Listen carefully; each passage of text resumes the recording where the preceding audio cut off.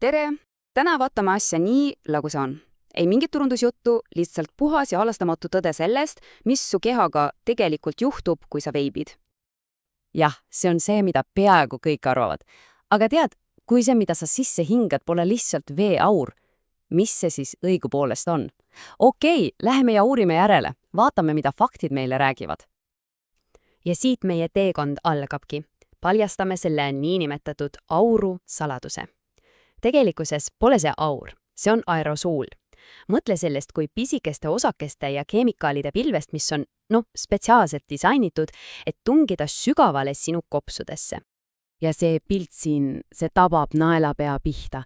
Iga üksik mahv on sõna otseses mõttes kokteil tööstuslikest keemikalidest ja mürkidest. Vaatame nüüd lähemalt, millest see kokteil siis täpselt koosneb. Nii, see siin ongi meie teekaart läbi keha. Meil on 5 peatust. Esiteks nikotiin, see, mis su konksu otsa tõmbab. Siis on meil need alusvedelikud, mis tunduvad nii ohutud. 3. maitsed, see maguspettus. 4. kuumuse käest tekkivad mürgid, need peidetud vaenlased. Ja lõpuks, uskumatu küll, aga ka raskmetallid seadmest endast. Hakkame siis pihta sellest, mis johab sinu aiu ja seda vaid sekunditega. Okei, nüüd siis asja juurde. Mis juhtub kõige kiiremini? Mis toimub su ajus täpselt sel hetkel, kui sa veibid? Kõik taandub kiirusele ja sellele, kuidas su aju premeerimissüsteem lihtsalt käeperdatakse. 10 sekundit. See on kõik. See on aeg, mis kulub nikotiinil, et kihutada läbi su kopsude, siseneda vereringesse ja lüüa uks jalaga lahti otse sinu ajus. Mõtle korraks, see on kiirem kui süst. Ja just see meeletu kiirus teebki sellest nii salakavalalt võimsa aine. Ja siin on see retsept. Sõltuvuse valem, 4 lihtsas ja vältimatus sammus. Iga mahviga sa justkui treenid oma aju seda tsüklit kordama ikka ja jälle, kuni ühel hetkel pole see enam sinu valik. See on aju käsk. Aga tead, mis selle asja juures on kõige karmim? Need muutused pole ajutised, eriti kui tegemist on noore alles areneva ajuga. Need mõjud võivad olla püsivad. Nad kirjutavad su aju ümber, mõjutades seda, kuidas sa mõtled ja tunned, võib-olla isegi aastaid hiljem. Okei, lähme ajust edasi. Nüüd suundume esimesele kokkupuutepunkti, mis on ka peamine lahinguväli, sinu kopsudesse. Vaata seda tabelit. Siin on 2 peamist vedelikku, mida leidub kosmeetikas ja toidus ja mis tunduvad täiesti süütudeks.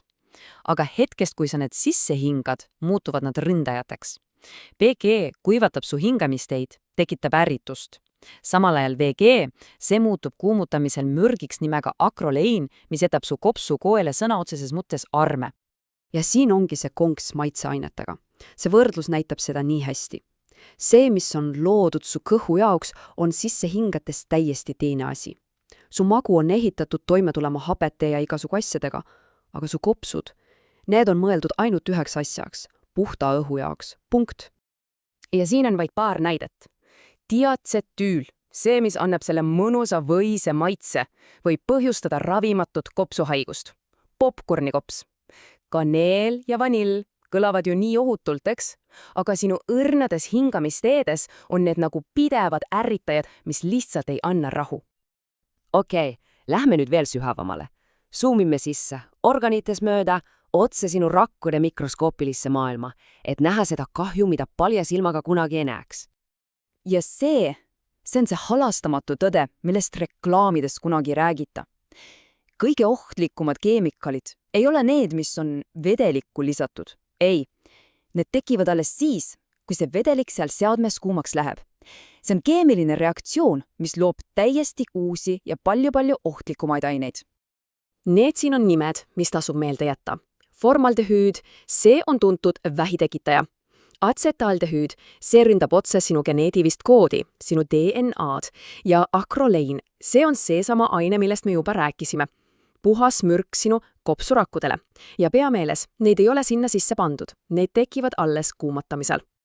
See mõiste võib tunduda keeruline, oksidatiivne stress. Aga mõtle sellest nii. Su rakud on pidevas sõjaseisukorras. Iga mahviga saadad sa sisse uue ründelaine, mis pommitab su rakkude kaitsesüsteeme. Ja need siin on selle lahingu tagajärjed päris elus. See pole midagi, mida sa kohe tunned. See on pikaajaline kulumine.